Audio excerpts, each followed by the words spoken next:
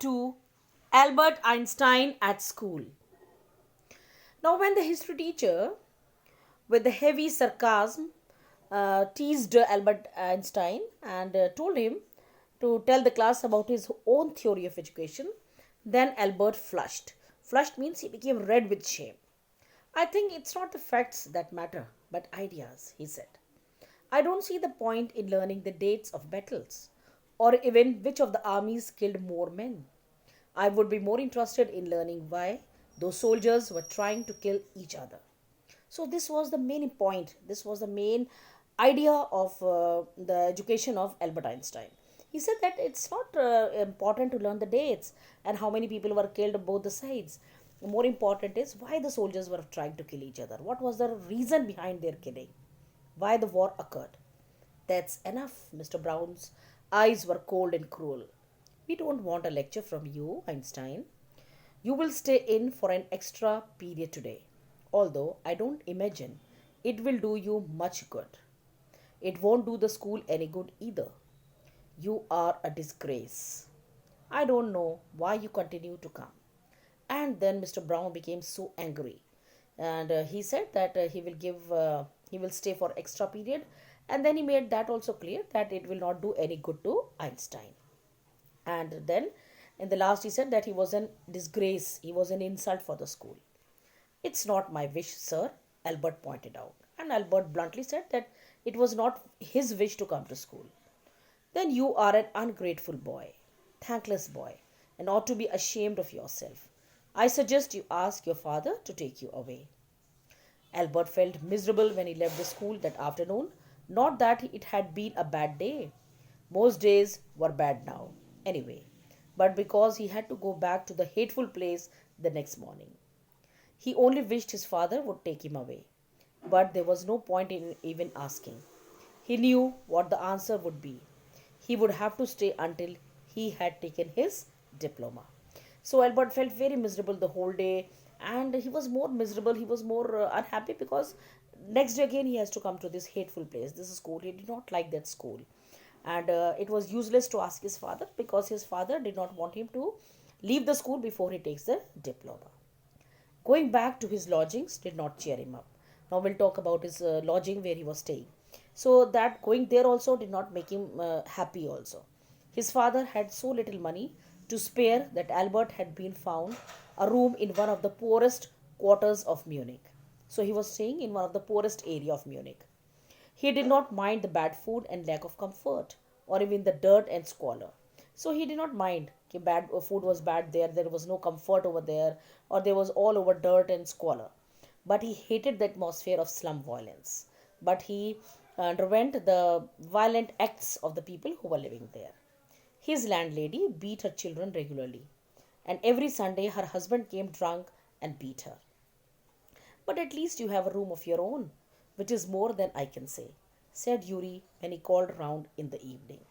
Now, when he discussed with his friend, greatest friend Yuri in Munich, the only friend in Munich, so he told him this. At least you live among civilized human beings, even if they are all poor students, said Albert.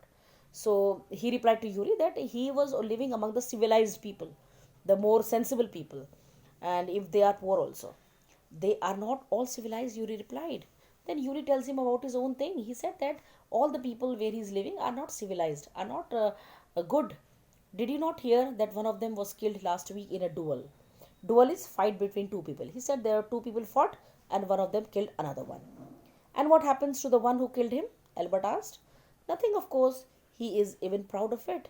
His only worry is that the authorities have told him not to fight any more duels.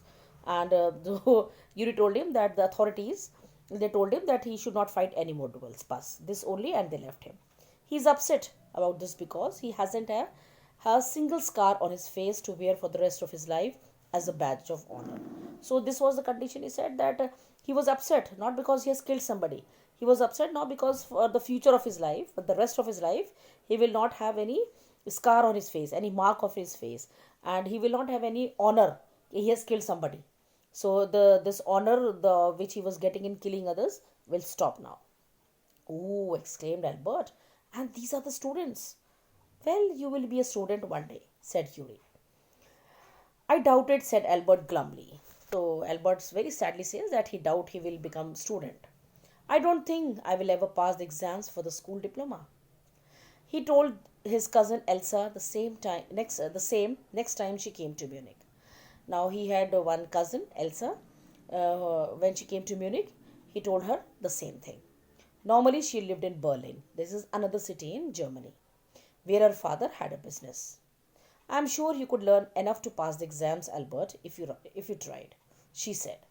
I know lots of boys who are much more stupid than you are who get through. They say you don't have to know anything. You don't have to understand what you are taught. Just be able to repeat it in the exams. So when he told about his problem to Elsa, she said that for passing the exams, he don't need to know anything. He don't need to understand anything. And what is important? Just he has to cram. So this is a great satire on the teaching of the schools. That how do the school work? Schools, they are totally depending on the cramming of the student. The students have to memorize, rote memorization, cram and pass the exam, and their only achievement is they have to pass the exam. They have to get the diploma or the report card, and they don't have to understand. So this is a great thing, which is a great satire on the schools. That's the whole trouble, said Albert. I'm no good at learning things by heart. So वो कहता है कि मैं I cannot he cannot rote memorize anything. You don't need to be good at it. So Elsa says कि you don't have to be good at learning things. Anyone can learn like a parrot. You just don't try. And yet I always see you with a book under your arms, added Elsa. What is the one you're reading? And she says that you don't have to understand, just learn like a parrot. And then she asks that what is the book that you always read? A book on geology. Geology? Rocks and things. Do you learn that? No, we have hardly any science at school. So she says that you're reading geology. So he says, no, we don't have any. He don't have any school science at school. Then why are you studying it? Because I like it. Isn't isn't that a good enough reason? So Albert says that he likes science. Elsa sighed. You're right, of course, Albert, she said. But it won't help with your diploma. She says that he's right. He can have a liking for any subject. But she says that it will not help him with his diploma. Apart from books on science, his only comfort was music. And he played violin regularly until his landlady asked him to stop. And his first hobby was to read the science, was to know the science. And second thing, he always loved to play a violin.